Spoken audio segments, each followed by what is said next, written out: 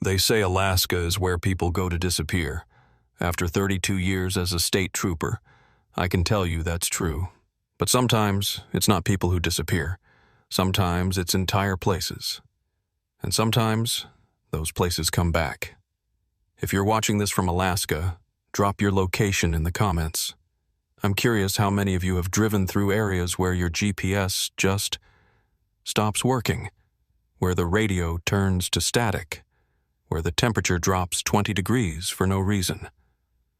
We all know those spots. We just don't talk about them. My name is Trooper Marcus Cole.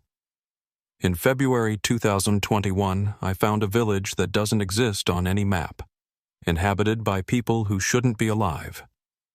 The state says it never happened. The FBI classified everything. But I was there. I saw it. And I need someone to know the truth before it happens again. Because it will happen again. Alaska doesn't give up its secrets easily. But when it does, God help whoever finds them. February in Alaska is a special kind of hell. It's not just the cold that gets to you. Though at 40 below, exposed skin freezes in under 5 minutes. It's the darkness. In the far north, where I was stationed, the sun barely scraped the horizon for a few hours each day, casting everything in a perpetual twilight that made you question whether you were awake or trapped in some endless dream. I was based out of Fairbanks, covering a territory roughly the size of Ohio with just me and my Cessna 180 ski plane.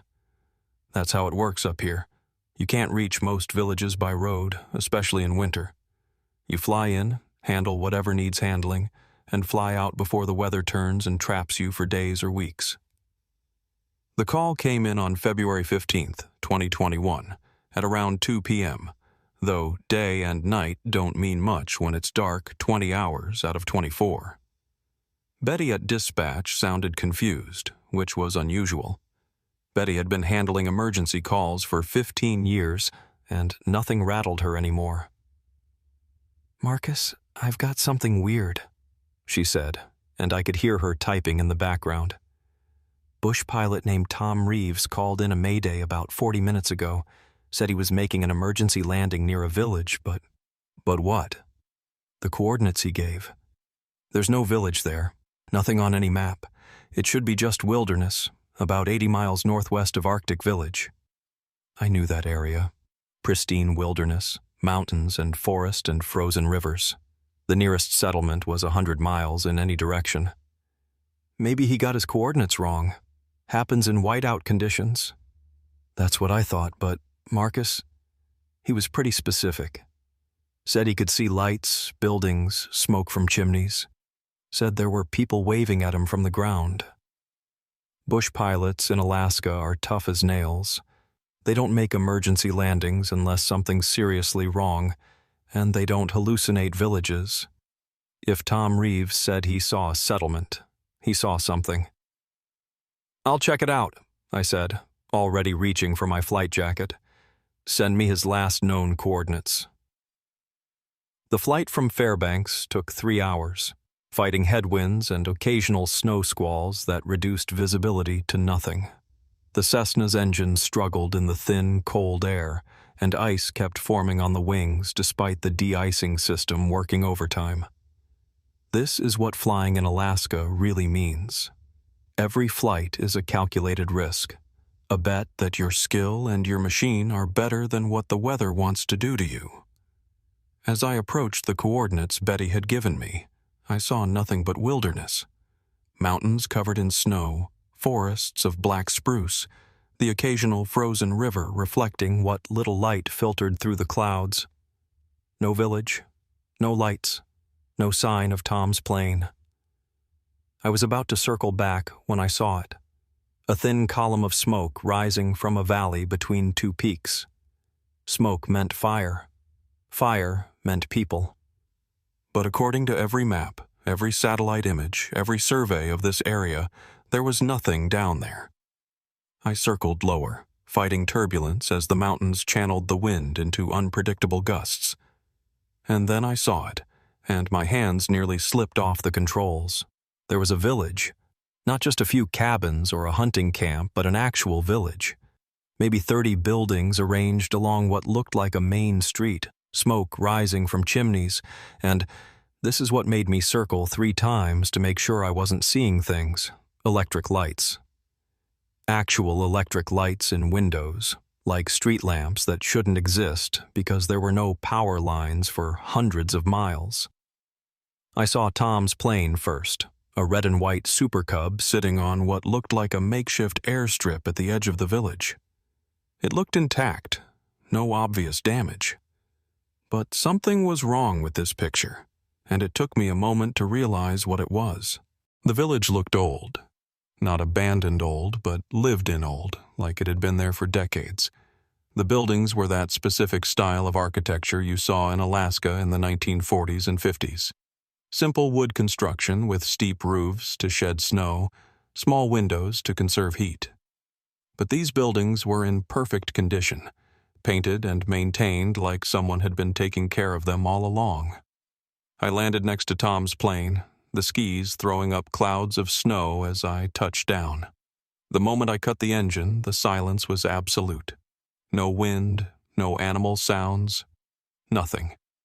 Just that perfect, dead silence that makes your ears ring. The temperature gauge read -35, but it felt colder somehow, like the cold here had weight to it. I grabbed my survival pack and rifle. You never go anywhere in Alaska without both. And approached the village. As I got closer, I could see footprints in the snow leading from Tom's plane toward the buildings. Fresh prints, maybe an hour old. But there were other prints too. Lots of them, crisscrossing between buildings like a normal village with normal daily activity. Except this village didn't exist. The first building I reached had a sign above the door. Hilford General Store, Estand 1952. The paint was fresh, maybe a year old at most. Through the window, I could see shelves stocked with goods, everything neat and organized. But the products, they were wrong. The labels, the packaging, everything looked like it was from the 1950s. Not reproductions or vintage items, but actual 1950s products that looked new. "Hello?" I called out, my voice seeming to die just a few feet from my mouth, swallowed by that oppressive silence. "Tom Reeves? Alaska State Troopers. Is anyone here?" A door opened further down the street, and a woman stepped out. She was maybe 40, dressed in a heavy wool coat and dress that looked like something from an old photograph. She smiled and waved, perfectly normal except for the fact that she shouldn't exist in a place that shouldn't exist. "Oh, hello, officer," she called out, her voice carrying clearly in the still air. "Are you looking for the pilot? He's in the town hall with the others. Please, come in out of the cold." Everything about my training told me this was wrong. Every instinct screamed at me to get back in my plane and leave.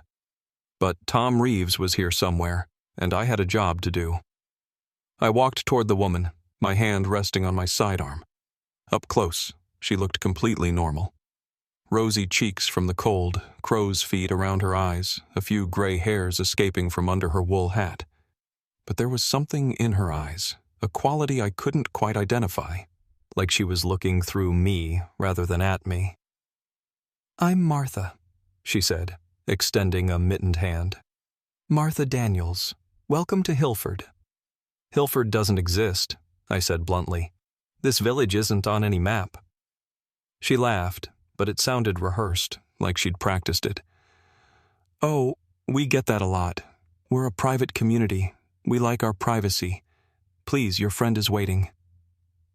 She led me down the main street, past buildings that shouldn't exist, filled with things that belonged in a museum. Everything was clean, well-maintained, perfect. Too perfect. The snow on the street was evenly distributed, no dirty slush or ice patches. The buildings all had icicles of exactly the same length. It was like walking through a movie set, something designed to look like a village but missing all the random imperfections that make a place real. The town hall was in the center of the village, a 2-story building with an actual working clock tower. Inside it was warm, almost hot, heated by a massive wood stove. The interior was all dark wood and old furniture, like stepping back in time. And there, sitting at a long table with about a dozen other people, was Tom Reeves. "Tom?" I called out, relief flooding through me. "You okay?" He turned to look at me, and my relief evaporated. His eyes had that same quality as Martha's, present but not quite there, focused on something beyond what was in front of him. "Oh, hello, Marcus. Yes, I'm fine, just fine. These nice people helped me when my engine failed." "Your engine failed? Tom, you need to come with me. We need to leave." "Leave?" An older man at the head of the table stood up. He was tall, gaunt, with a carefully trimmed beard, and wearing a three-piece suit that belonged in a 1950s boardroom. "But you just arrived. Surely you'll stay for dinner. We so rarely get visitors." "Who are you people?" I demanded. "What is this place?" "I'm Mayor William Thornton," the man said, extending his hand. I didn't take it. "And this is Hilford, as Martha told you. We're just a small community trying to live our lives in peace. Your friend's plane developed engine trouble, and he made an emergency landing. We're happy to help, of course." I looked around the room at the dozen faces staring back at me. Men and women, various ages, all dressed like they'd stepped out of a 1950s photograph. All with that same distant quality in their eyes. All smiling, identical, practiced smiles. "Tom, we're leaving. Now." "I can't," Tom said simply. "My engine won't start. Something's wrong with it. But these nice people say they can fix it. They have a mechanic." Since when does a village that doesn't exist have an airplane mechanic? Mayor Thornton's smile never wavered. "We're a resourceful community, Trooper Cole. We've had to be, living out here all these years. Please, sit down. Let us explain." Against my better judgment, I sat, keeping my hand near my weapon. The mayor returned to his seat, and the others continued to stare at me with those empty smiles. "Hilford was founded in 1952, the mayor began, his voice taking on a rehearsed quality like he'd told this story many times. "A group of families seeking to escape the complexities of modern life. We came here, to this valley, and built our community. We've lived here ever since, in peace and isolation." "That's impossible," I said. "This area has been surveyed dozens of times. Satellite imagery, geological surveys, wildlife studies. A village of this size would have been found." "Would it?" the mayor asked, and for just a moment something flickered across his face. Not a smile, not a frown, but something else, something that didn't belong on a human face. "Alaska is vast, Trooper Cole. There are places here that don't want to be found. Places that exist in the spaces between what you call reality." The temperature in the room seemed to drop, despite the roaring fire in the stove. The other people at the table continued to smile, but their smiles were stretching wider, becoming something that wasn't quite right. "What are you?" I whispered. "We're the people of Hilford," the mayor said simply. "We've been the people of Hilford since 1952. We will always be the people of Hilford. And now, so will you." The lights in the room began to flicker, and I realized with growing horror that the electric lights shouldn't be working because there was no power source. The smiles on the faces around me were stretching impossibly wide, revealing too many teeth. And Tom Reeves was smiling too, that same impossible smile, even as his eyes begged for help. I stood up, drawing my weapon. "We're leaving. Now." The mayor stood as well, and he was taller than he should be, his shadow stretching across the ceiling in ways that shadows shouldn't stretch. "I'm afraid that's not possible, Trooper Cole. You see, Hilford needs new residents. We've been the same families for so long, recycling through the same days, the same years. But now you're here.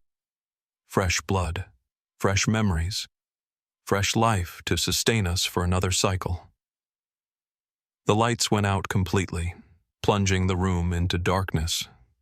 In that darkness, I heard something that still wakes me up at night. The sound of reality tearing, like fabric ripping but deeper, more fundamental. And then the lights came back on. But the room had changed. The walls were covered in ice, thick layers of it, and frozen inside the ice were people. Dozens of them, maybe hundreds, all perfectly preserved, all with their eyes open, all wearing clothes from different eras. Some from the 1950s, some from the 1970s, some much more recent. I recognized one face, a bush pilot who'd gone missing 3 years ago. "Welcome to Hilford," the mayor said, and his voice came from everywhere and nowhere at once. "Population, whoever we need it to be." The human mind has a remarkable ability to rationalize the impossible. When faced with something that shouldn't exist, it tries to find explanations, to fit what it's seeing into established patterns of reality. But standing in that town hall, looking at dozens of frozen people embedded in the walls like insects in amber, my mind simply gave up trying to make sense of it. I kept my weapon trained on Mayor Thornton, though I was increasingly certain that bullets wouldn't do much against whatever he actually was. The other residents of Hilford had stood up from the table and were slowly surrounding me, still wearing those impossible smiles that split their faces in ways that human faces shouldn't split. "What happened to the real Hilford?" I asked, trying to buy time while I figured out what to do. "The real people from 1952? The mayor tilted his head, considering the question. "We are the real people of Hilford. We have always been the people of Hilford. Since the moment this place came into existence, we have been here." "That's not an answer." "Isn't it?" He moved closer, and I could see frost forming on the wooden floor where his feet touched. "Let me tell you a story, Trooper Cole. A true story, though truth is such a flexible concept in places like this." The lights flickered again, and suddenly we weren't in the town hall anymore. We were standing in the same building, but it was different. Older, colder, filled with desperate-looking people huddled around a dying fire. Through the windows, I could see a blizzard raging, the kind of storm that kills anyone caught outside in minutes. "February 15th, 1952, the mayor's voice narrated, though his lips didn't move. "A group of 43 settlers, fleeing something they never quite explained, established Hilford in this valley. They thought they were far enough from civilization to be safe. They thought the isolation would protect them." The scene shifted, and I watched the settlers building their town with a desperate urgency, constantly looking over their shoulders as if something was following them. They worked through the brutal winter, losing fingers and toes to frostbite, but never stopping, never resting. "They built their perfect little town," the mayor continued. "Cut off from the world, self-sufficient, hidden. But isolation in Alaska is never just isolation. The land here is old, older than human memory, and it doesn't like being disturbed." The scene shifted again. The settlers were gathered in this same town hall, fear etched on their faces. Outside, something was circling the village. I could see shapes in the blizzard, massive forms that moved wrong, that had too many angles, that hurt to look at directly. "They made a bargain," the mayor said, and now his voice held something like sadness. "To save their village, to protect themselves from what hunted them, they made a bargain with something that had been sleeping beneath the permafrost for millennia. Something that existed in the spaces between seconds, in the gaps in reality that Alaska is full of." "What did they bargain?" "Their time," he said simply. "They would give up their linear existence, their forward progression through time, in exchange for perfect preservation. Hilford would exist in a bubble, a pocket of 1952 that would last forever." They would never age, never die, never change. The perfect sanctuary. The scene around us shifted back to the present, but now I could see it differently. The two perfect buildings, the two clean snow, the identical smiles. It was all preserved, like a photograph that had somehow become three-dimensional. But there was a cost, I said, understanding beginning to dawn. There's always a cost. The mayor's smile turned genuine for the first time, and somehow that was worse than the false one. To maintain the bubble, to keep the town existing in its pocket of time, we need anchors to the present. Real people from real time. Every few years, someone stumbles upon Hilford.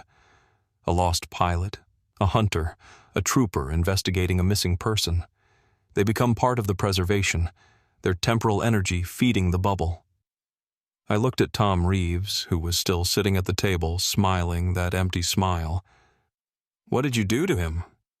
He's becoming one of us. The process takes about 72 hours.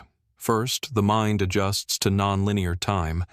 That's why his eyes look distant. He's seeing all of his moments simultaneously. Then the body begins to synchronize with 1952. Finally, he becomes part of Hilford, part of the preservation, part of the bargain. And the frozen people in the walls? Those who resist, those who won't accept the transition. They're preserved differently, kept as batteries to power the bubble. They're still alive, Trooper Cole, still aware, experiencing every moment of their preservation simultaneously. It's really quite peaceful, once you accept it. I backed toward the door, keeping my weapon raised. I'm leaving, and I'm taking Tom with me. I'm afraid that's not possible. The mayor gestured to the windows. Outside, the weather had changed. A blizzard had materialized from nowhere, winds that had to be over 100 miles per hour, snow so thick you couldn't see 3 feet. The town decides who leaves and who stays, and Hilford has decided you're staying. I grabbed Tom's arm, trying to pull him to his feet, but he was impossibly heavy, like he was rooted to the floor. Tom, fight it! Remember who you are! I am Thomas Reeves, he said in a monotone voice. I have always been Thomas Reeves. I have always lived in Hilford. I was born here in 1923. I died here in 1952. I live here now. That doesn't make sense. Time doesn't make sense, the mayor said. Not here. Here, you can be born after you die. You can meet yourself coming and going. You can experience your entire life in a single moment or stretch a second into eternity. That's the beauty of Hilford. We exist outside the tyranny of sequential time. The other residents were closing in, and I noticed their movements were becoming stuttery, like film frames skipping. One moment they were 10 feet away, the next they were 5, with no movement in between. The temperature was dropping rapidly. My breath came out in clouds so thick I could barely see through them. I made a decision that probably saved my life. Instead of trying to fight or reason with them, I pulled out my satellite phone and hit the emergency beacon. It would send my exact coordinates to every emergency service in Alaska, along with a distress signal that would bring helicopters, planes, and search teams. Even if I didn't make it out, someone would know where I was. The mayor's expression changed for the first time to something like concern. What did you do? My job, I said. Even if you keep me here, others will come. They'll find this place. They'll find me. No, the mayor said, and for the first time he sounded afraid. You don't understand. If too many people from the present find Hilford, if too much linear time bleeds in, the bubble will collapse. Everything we've preserved, everyone who's part of the town, will experience all of their time at once. The temporal shock will kill them, kill us, potentially tear a hole in reality itself. Then let us go. The mayor looked at the other residents, and I saw them having a conversation without words, their faces cycling through expressions faster than should be possible. Finally, he turned back to me. A compromise, You can leave. But Thomas Reeves stays. He's already too far into the transition. Removing him now would kill him and damage the bubble. I looked at Tom, sitting there with that vacant smile, and knew I couldn't leave him. No deal. Both of us or neither. Then neither. The mayor raised his hand, and I felt time begin to slow around me. My movements became sluggish, like moving through thick honey. The second hand on my watch slowed, stopped, began moving backward. But then something unexpected happened. My satellite phone, still transmitting its distress signal, began to heat up in my pocket. The modern technology, connected to satellites orbiting in normal time, was fighting against the temporal manipulation. The phone got hotter and hotter until I had to pull it out, and when I did, it was glowing with a white light that made the mayor step back. "Impossible," he breathed. "Technology from your time shouldn't work here." But it was working, and more than that, it was destabilizing something. The walls began to flicker, showing different time periods. The town hall in 1952 and 1970 and 1990, all superimposed on each other. The frozen people in the ice began to move, their mouths opening in silent screams. "Stop!" the mayor shouted. "You'll destroy everything." I held the phone higher, its signal stronger now, pulling more and more of 2021 into this bubble of 1952.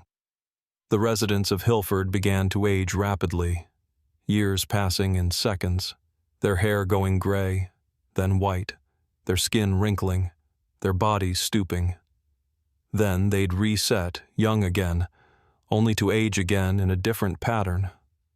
Tom Reeves screamed, a sound that seemed to come from multiple versions of himself at different ages.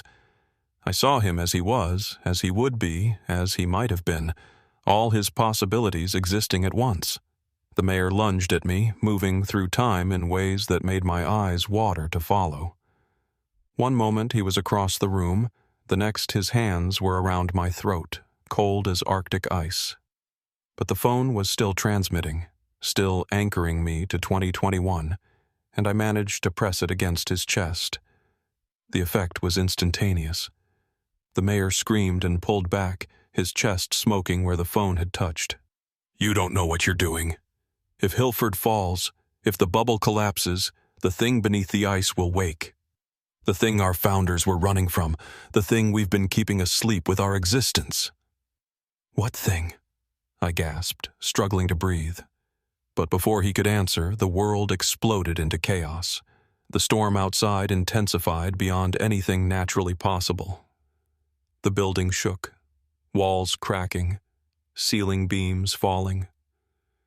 Through the breaking walls, I could see the other buildings of Hilford aging decades in seconds, collapsing into ruin, rebuilding themselves, collapsing again.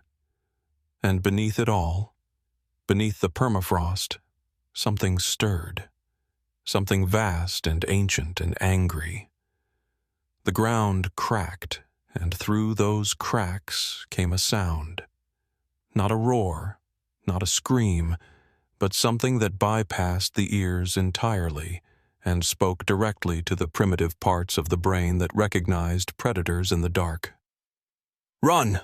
the mayor shouted, and for the first time, he sounded completely human. "Take your friend and run! Get beyond the valley before it fully wakes!" The temporal distortion was breaking down. Tom Reeves suddenly gasped like a drowning man breaking the surface, his eyes focusing on me with desperate clarity. "Marcus? What? Where are we?" No time to explain.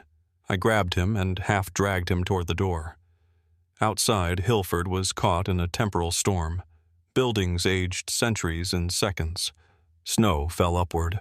The sun rose and set in moments, painting the sky in impossible colors. We ran toward the airstrip, the ground breaking apart behind us. I could feel something massive moving beneath the permafrost, something that had been sleeping since before humans walked the earth. The preservation of Hilford hadn't just been hiding the town. It had been a seal, keeping something trapped. Behind us, the mayor stood in the doorway of the collapsing town hall. "Find the others," he shouted over the chaos. "Find the other villages that don't exist. Warn them. If they fall like we have, if all the seals are broken—" But his words were lost as the building collapsed, taking him with it. We reached the plains just as the valley began to fold in on itself. I shoved Tom toward his Super Cub. "Can you fly?" I think so. Marcus, what's happening?" "Just fly. Get above the storm and head for Fairbanks. Don't look back." I jumped into my Cessna, and by some miracle the engine started on the first try. We took off into the chaos, engines screaming, fighting winds that shouldn't exist. Below us, Hilford was disappearing, not just collapsing but being erased, as if it had never existed at all. But just before it vanished completely, I saw something emerge from the collapsed ground. A hand, if you could call it that, made of ice and shadow and angles that hurt to perceive. It was the size of a building, and it was just the fingertip of something much, much larger. Then the valley snapped shut like a closing eye, and Hilford was gone. The storm vanished instantly, leaving us flying in clear, calm air under the aurora borealis. Below us was unmarked wilderness, no sign that anything had ever been there. Tom's voice crackled over the radio. "Marcus, did that really happen?" I looked at my satellite phone. It was dead, completely fried, its screen cracked in a pattern that looked disturbingly like the symbols I'd seen on the mayor's face. But it had saved us. The connection to 2021, to linear time, had been enough to break Hilford's hold. "Yeah, Tom, it happened. What was that thing, under the ground?" I thought about the mayor's final warning, about other villages that don't exist, about seals that keep things trapped. I don't know, but I think Hilford was built on top of it to keep it contained. And we just broke the containment. We flew in silence for a while, both lost in our own thoughts. Then Tom asked the question I'd been dreading. "How long was I there, Marcus? In my head, it feels like years. Like I lived a whole lifetime in that place." I checked my watch. From landing to takeoff, we'd been in Hilford for exactly 3 hours and 17 minutes. But the date was wrong. According to my watch, it was February 18th. We'd lost 3 days. 3 days that didn't exist. In a village that didn't exist, fighting something that shouldn't exist. And as we flew toward Fairbanks, toward safety and sanity, I couldn't shake the feeling that we'd only scratched the surface of something much larger. The mayor had mentioned other villages, other seals. How many Hilfords were out there, hidden in the vast wilderness of Alaska, keeping ancient things trapped beneath the ice? How many had we just doomed by breaking the first seal? The debriefing was a nightmare. Tom and I were separated immediately upon landing in Fairbanks, whisked away to different rooms in the federal building. For 12 hours straight, I told the same story over and over to different people. State police, FBI, even some agencies I didn't recognize. They showed me satellite footage of the area where Hilford should have been. Nothing. Just unbroken wilderness, no sign there had ever been anything there. But our planes told a different story. Both aircraft showed signs of extreme temperature exposure, metal stress consistent with flying through conditions that shouldn't be survivable. Tom's engine, which he claimed had failed, was working perfectly, but showed wear patterns that suggested it had been running continuously for months, not hours. And then there was the matter of the 3 missing days. "Where were you between February 15th and February 18th? Agent Sarah Hendricks asked for the 5th time. She was FBI, part of something called the Anomalous Events Division, which I didn't even know existed. "I told you, we were in Hilford for 3 hours. 3 hours that took 3 days. Time worked differently there." She leaned back in her chair, studying me. "Trooper Cole, you're asking us to believe you found a village that exists outside normal time, populated by people from 1952 who made a deal with something prehistoric. You understand how that sounds? I understand it sounds insane. That doesn't make it less true. She slid a folder across the table. Inside were photographs, old ones, black and white, yellowed at the edges. They showed a group of settlers, dated 1952. I recognized some of the faces immediately. Mayor Thornton, Martha Daniels, others I'd seen in the town hall. "We found these in the state archives," Hendricks said. "The Hilford colony, 43 settlers who left Anchorage in January 1952, heading into the interior to establish a communal settlement. They were never seen again. Search parties found no trace of them." "They made it," I said quietly. "They built their town, and then they made their bargain." "With what?" I thought about that massive hand emerging from the permafrost, about the mayor's warning about things sleeping beneath Alaska. "I don't know. Something old. Something that shouldn't exist."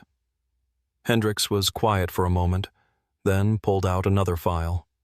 This one was marked classified in red letters that seemed to glow. "Trooper Cole, what I'm about to show you doesn't leave this room. You're being read into a program that officially doesn't exist. Do you understand?" I nodded. She opened the file, revealing a map of Alaska marked with red X's. There were dozens of them, scattered across the state. Every X marks a location where we've had reports similar to yours. Places that appear and disappear. Villages that shouldn't exist. People who vanish for days and return with stories about impossible places. How long has this been going on?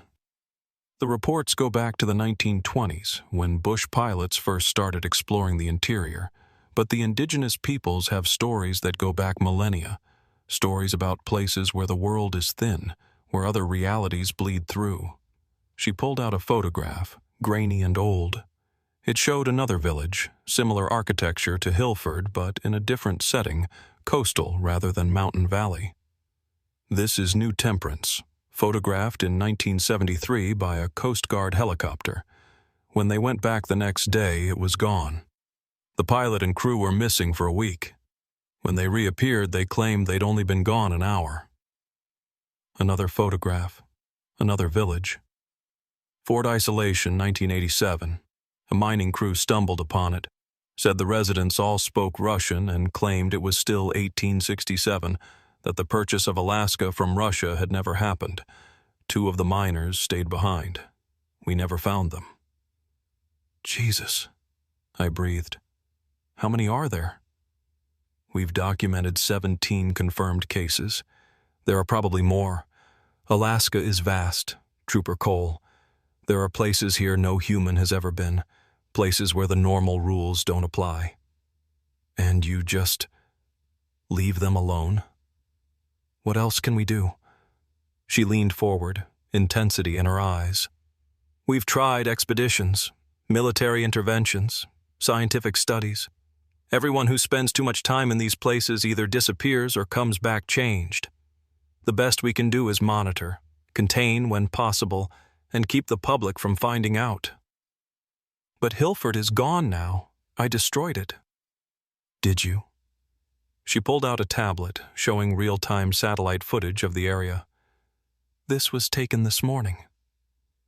I looked at the screen and felt my blood turn to ice. There was something there. Not Hilford, but a depression in the ground, perfectly circular, about the size of the village.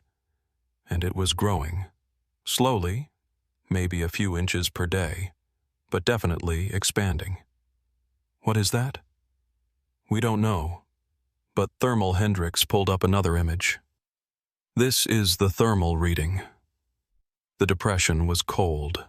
Not just winter in Alaska cold, but absolutely frigid, reading at near absolute zero. And there was something else. Movement beneath the surface, patterns that suggested something vast shifting in its sleep. "The thing under Hilford," I whispered.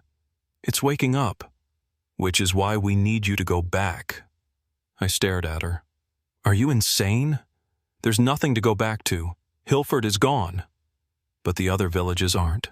She spread out the map again. Mayor Thornton mentioned other villages, other seals. We need to find them, understand them, before whatever you released fully wakes up. I'm a state trooper, not a whatever this is. You're the only person who's been to one of these places and come back unchanged. Tom Reeves is different now. He functions, but he sees time differently. Sometimes he answers questions before they're asked. Sometimes he talks about things that haven't happened yet. But you're still you. That makes you valuable. I wanted to refuse. Every instinct told me to walk away, go back to my normal job, pretend none of this had happened. But I kept thinking about that hand emerging from the ground, about the mayor's desperate warning, about the thing sleeping beneath Alaska that was starting to wake up. What do you need me to do? Over the next 3 weeks, I was given a crash course in what Agent Hendricks called anomalous reconnaissance. I learned about temporal distortions, reality bubbles, and something called ontological resistance. Basically, the ability to maintain your sense of self when reality tries to rewrite you. Apparently, I had an unusually high resistance, which is why I'd been able to resist Hilford's influence. They partnered me with Dr. Marcus Webb, a theoretical physicist who specialized in what he called localized space-time anomalies. He was a small, nervous man who talked too fast and had a habit of scribbling equations on any available surface. But he was also brilliant, and possibly the only person who actually understood what we were dealing with. Think of reality as a frequency, he explained during one of our sessions. Most of the time, everything vibrates at the same frequency, so we all experience the same reality. But these villages, they're vibrating at different frequencies. They exist in the same space, but not the same phase of reality. So how do we find them? Interference patterns.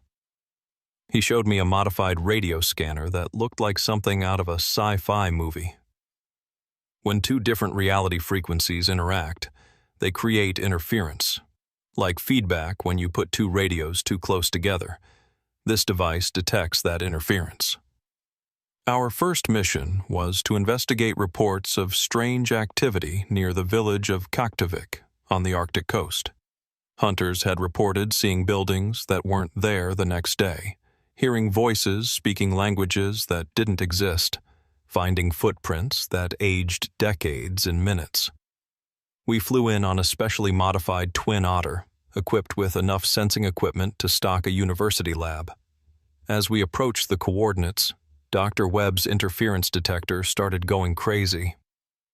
"We're close," he said, adjusting dials with shaking hands. "The frequency displacement is off the charts." I looked out the window and saw it, another impossible village. This one built on ice that should have melted decades ago. The architecture was different from Hilford, more Nordic in style, with steep-roofed buildings clustered around what looked like a church. Smoke rose from chimneys, and I could see people moving in the streets. "There," I pointed, "on the ice shelf." "That's impossible," our pilot said. "That ice breaks up every summer. Nothing could be built there." "Unless it's not really there," Webb said. "Or rather, unless it's there in a different phase of reality where the ice never melts." We landed on the shore, about a half-mile from the village. This time, I was prepared. I wore a device Webb had created, something he called a temporal anchor, basically a sophisticated atomic clock that would keep me synchronized with our reality. Webb had one too, along with enough equipment to outfit a small expedition. As we approached the village, I felt the same wrongness I'd felt at Hilford, but stronger. The air seemed thicker, time seemed slower, and sounds didn't travel quite right. My temporal anchor was beeping steadily, like a metronome keeping me in rhythm with 2021. The first person we encountered was a young boy, maybe 12, dressed in sealskin clothes that looked handmade. He stared at us with curious eyes that held too much knowledge for a child. "Hello?" I said in English, then tried again in what little Inupiaq I knew. "We're looking for your village elder." The boy smiled, and when he spoke, it was in perfect, unaccented English. "Grandfather has been expecting you. He said the seal breakers would come. Follow me." Webb and I exchanged glances. Seal breakers. They knew about Hilford. The boy led us through streets that felt older than they looked. The buildings appeared new, well-maintained, but there was a weight to them, a sense of accumulated time that made my teeth ache. The villagers watched us pass with those same distant eyes I'd seen in Hilford, but there was something else there too. Resignation, maybe, or anticipation. The church at the center of the village was wrong in ways I couldn't immediately identify. It had too many angles, or not enough, and looking at it directly made my vision blur. The boy led us inside, where an elderly Inuit man sat in a chair that looked carved from a single piece of whalebone. "Grandfather," the boy said, "the seal breakers are here." The old man opened eyes that were ancient beyond his apparent years. When he spoke, his voice carried the weight of centuries. "I am Tonrak," he said. "I have been Tonrak since 1847, when my people found the thing sleeping beneath the ice and built this village to keep it trapped. You destroyed Hilford." It wasn't a question. "It was an accident," I said. "We didn't know." "There are no accidents in places like this," Tonrak interrupted. "Only patterns completing themselves. The seals were always meant to be broken. We just hoped we would have more time." "How many villages are there?" Webb asked, his scientific curiosity overcoming his fear. "How many seals?" "7, Tonrak said simply. 7 villages built on 7 sleeping horrors. 7 bargains made to keep them contained. Hilford was the first seal. We are the second. And if all 7 are broken?" The old man was quiet for a long moment, then gestured to the walls of the church. For the first time, I noticed they were covered in carvings, intricate, disturbing images that seemed to move when I wasn't looking directly at them. They showed massive beings, things that dwarfed mountains, rising from the earth. They showed the sky cracking like glass, reality folding in on itself, humanity reduced to screaming specks. "The old ones return," Tonrak said simply. "The things that ruled before the earth was settled into its current form, before physics and biology and all your scientific laws were established. They've been sleeping, waiting for the universe to age enough for them to wake. The villages, the seals, they were stopgaps, delays, but nothing lasts forever." "There has to be a way to stop it," I insisted. "Perhaps." Tonrak stood, moving with difficulty. "Come, I will show you something." He led us beneath the church, down stairs that descended far deeper than they should. The walls changed from wood to ice to something that wasn't quite either. Finally, we emerged in a vast cavern, lit by a phosphorescent glow that came from nowhere and everywhere at once. In the center of the cavern was a pool of black water that reflected no light, and in that water, something moved. Something vast and serpentine, with scales that looked like sheets of ice and eyes that burned with cold fire. It was beautiful and terrible, and looking at it made every cell in my body scream to run. "The second sleeper," Tonrak said. "We call it the hunger of the void. It feeds on time itself, consuming past and future, leaving only an eternal frozen present. Our village exists in a bubble of consumed time, a moment stretched to infinity to keep it sleeping." "How do we keep it asleep?" Webb asked, his scientific instruments going haywire. "You don't," Tonrak said sadly. "The seal is already weakening. When Hilford fell, the others felt it. The bargains are unraveling. We have perhaps a year, maybe 2, before all 7 seals fail." "Then what do we do?" The old man looked at me with those ancient eyes. "You prepare. You warn your people. You find a way to survive what's coming. Or you find a way to make new bargains, new seals. But the price... He shook his head. The price is always more than you think you can pay. Over the next 18 months, I became something I never expected. Not just a state trooper, but a guardian of reality. Dr. Webb and I traveled across Alaska, documenting the 7 SEAL villages, trying to understand the bargains that had been made, searching for a way to prevent the catastrophe that was coming. We found the 3rd SEAL in the Aleutian Islands, a fishing village called Forgotten Harbor, where the residents had been hauling in the same catch every day since 1901, feeding something beneath the waves that had too many teeth and sang songs that drove whales to beach themselves. The 4th SEAL was in the Brooks Range, a mining town called Perpetual Claim, where gold veins never ran dry because the miners were feeding the mountain their memories, their dreams, their very essence, one day at a time. The 5th was near Denali, a logging camp called Timber's End, where the trees grew back overnight and the lumberjacks aged backwards, getting younger with each swing of their axes until they became children, and then nothing at all. The 6th was harder to find. It existed only during the Aurora Borealis, a nomadic village of Yupik hunters who followed caribou herds that had been extinct for 1,000 years, keeping something trapped in the lights themselves. Each village was failing. The bargains were breaking down. The things they were keeping sealed were stirring, testing their prisons, preparing to wake.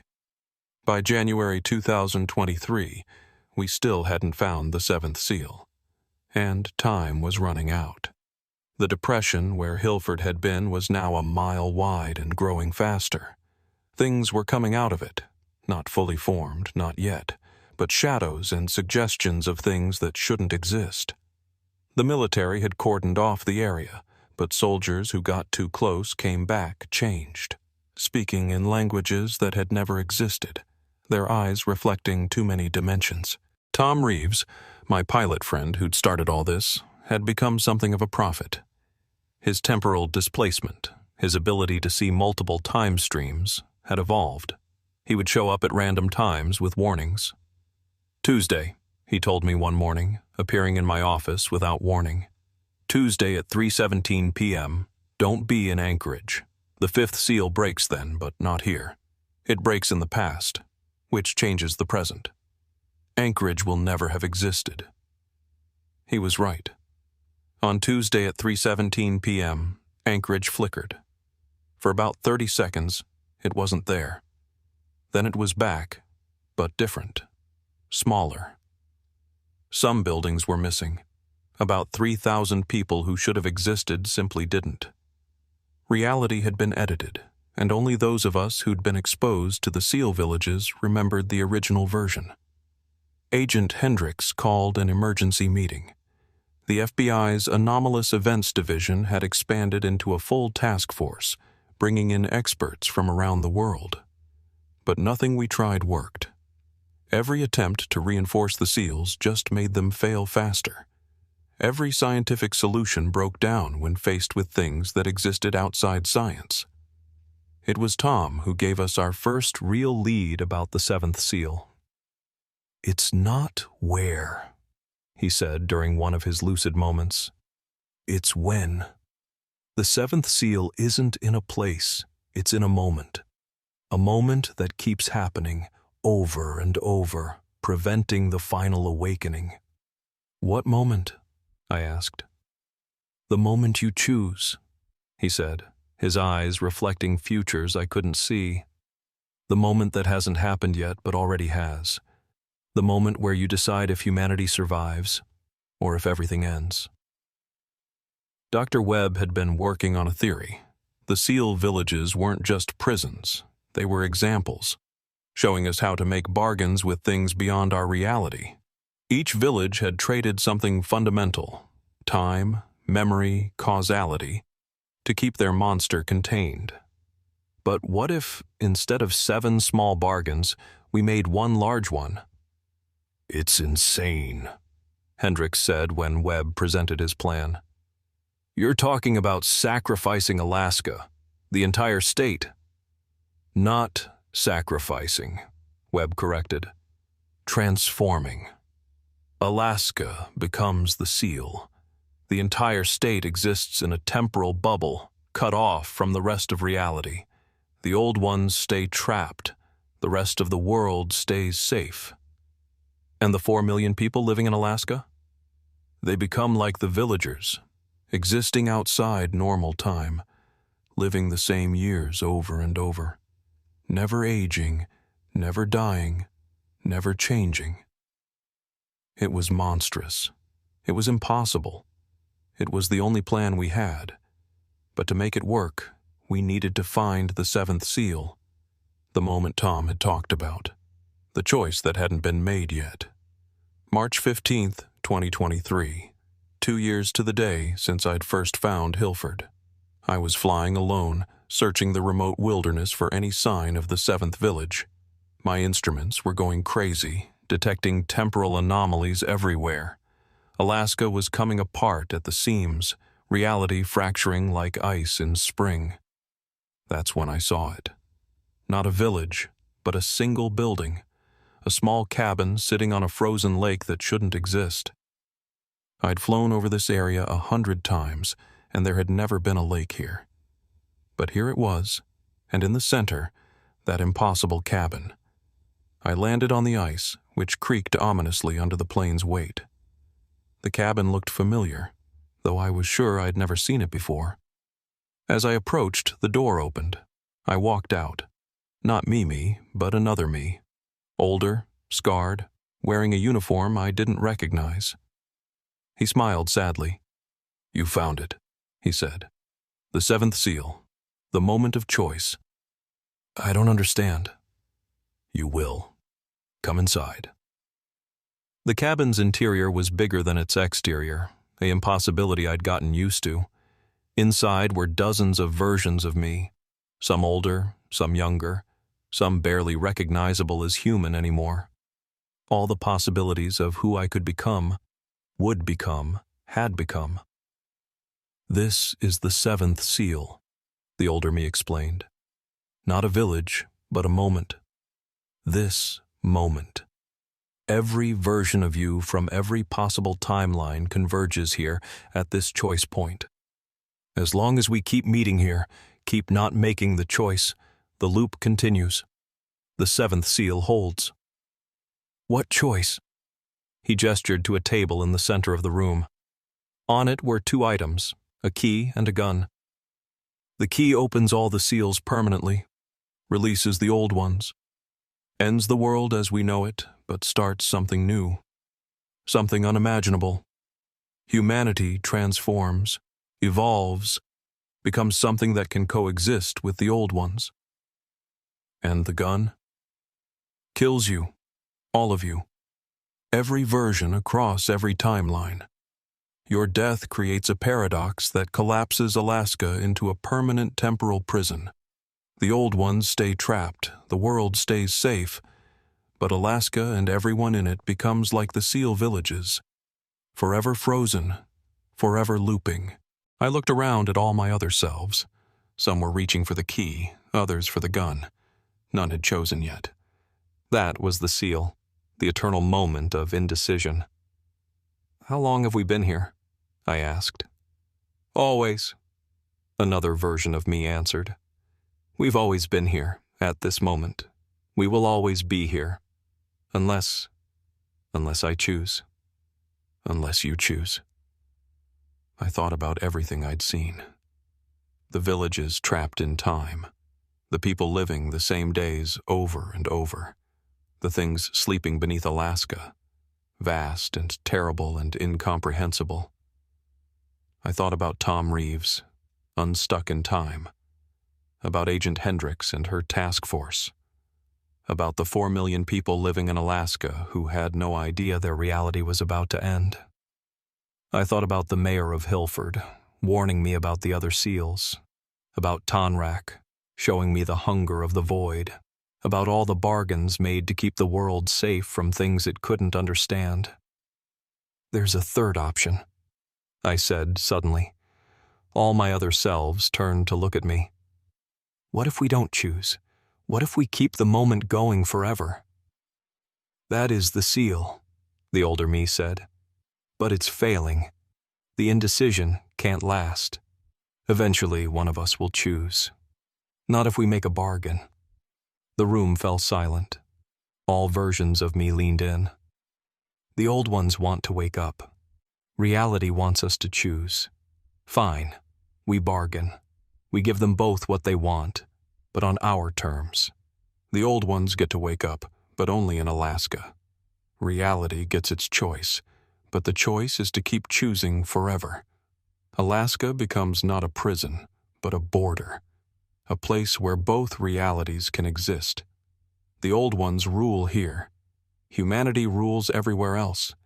And we stand at the boundary, forever choosing, forever maintaining the balance. My other selves looked at each other, considering. Some nodded, some shook their heads. But gradually they all began to move. Not toward the key or the gun, but toward the walls of the cabin. Each version of me took a position, forming a circle, a human seal made of all my possibilities. We become the seventh seal, I said, understanding flooding through me. Not a village, but a person. A person who exists in all timelines simultaneously, forever choosing, forever maintaining the boundary. The older me smiled. You understand. But are you willing to pay the price? To exist forever in this moment, never moving forward, never moving back? To be the eternal guardian? I thought about my life. 32 years as a state trooper.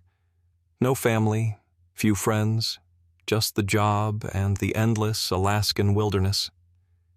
Maybe I'd always been heading toward this moment.